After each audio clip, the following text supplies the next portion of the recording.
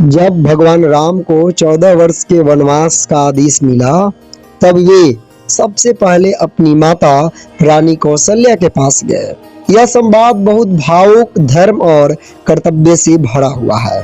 सबसे पहले राम का माता कौशल्या के पास जाना। श्री राम शांत मन से माता कौशल्या के महल में पहुंचे। उस समय माता प्रसन्न थी, क्योंकि उन्हें राम के राज्य अभिषेक की तैयारी की खबर मिली थी। लेकिन राम ने विनम्र स्वर में कहा, माता, पिता ने मुझे 14 वर्ष के लिए वन जाने की आज्ञा दी है। मैं आज ही वन के लिए प्रस्थान करूंगा। यह सुनते ही माता कौशल्या अस्तबद्ध रह गई। ऐसी बात सभी माताओं के साथ यही होता। दूसरा चीज, कौशल्या का दुख। माता कौशल्या रोने लगी। उन्होंने कहा, राम, तुम्हारे बिना मैं कैसे रहूंगी? जिस दिन तुम्हारा राज्याभिषेक होना था, उस दिन वनवास क्यों? मैं भी तुम्हारे साथ वन चलूंगी। ये बात माता कौशल्या कहती हैं। उनका हृदय टूट गया, क्योंकि जिस पुत्र को राजा बनते देखने का सपना था, उसे वन जाते देखना पड़ रहा है। श्री राम का उत्तर धर्म की शिक्षा को लेकर था। श्री राम ने बहुत धैर्य और प्रेम से समझाया अपनी माता को। पिता की आज्ञा मानना पुत्र का सबसे बड़ा धर्म है। राज्य, सुख, वैभव सब क्षणिक हैं, धर्म सबसे बड़ा है। यदि मैं पिता की बात नहीं मानूंगा तो रघुकुल की मर्यादा टूट जाएगी।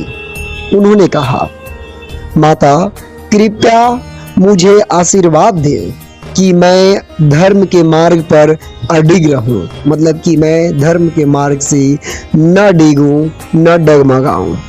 अब वन की गमन की तैयारी करते हैं भगवान राम। कौशल्या ने भारी मन से राम को आशीर्वाद दिया, सुरक्षित लौटने का आशीर्वाद दिया, धर्म की रक्षा करने का आशीर्वाद दिया, कठिनाइयों में धैर्य रखने का आशीर्वाद दिया माता कौशल्या ने।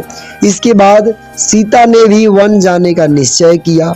लक्ष्मण ने कहा कि वे भी राम के साथ रहेंगे। राम ने राजसी वस्त्र छोड़कर तपस्वी वेश धारण किए और 3 लोग, राम जी, लक्ष्मण जी और सीता जी, तीनों लोग तैयार हो गए वन जाने के लिए। इस संवाद से क्या शिक्षा हमें मिलती है?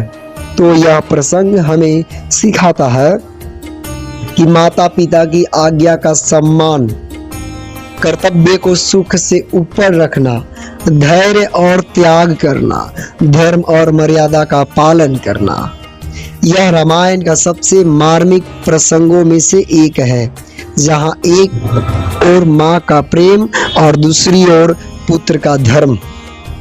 ये आपको कैसा लगा संवाद हमें कमेंट में जरूर बताएंगे और जय श्री राम जरूर कमेंट करेंगे। धन्यवाद। मिलते हैं हम लोग अगले कमेंट में, अगले वीडियो में।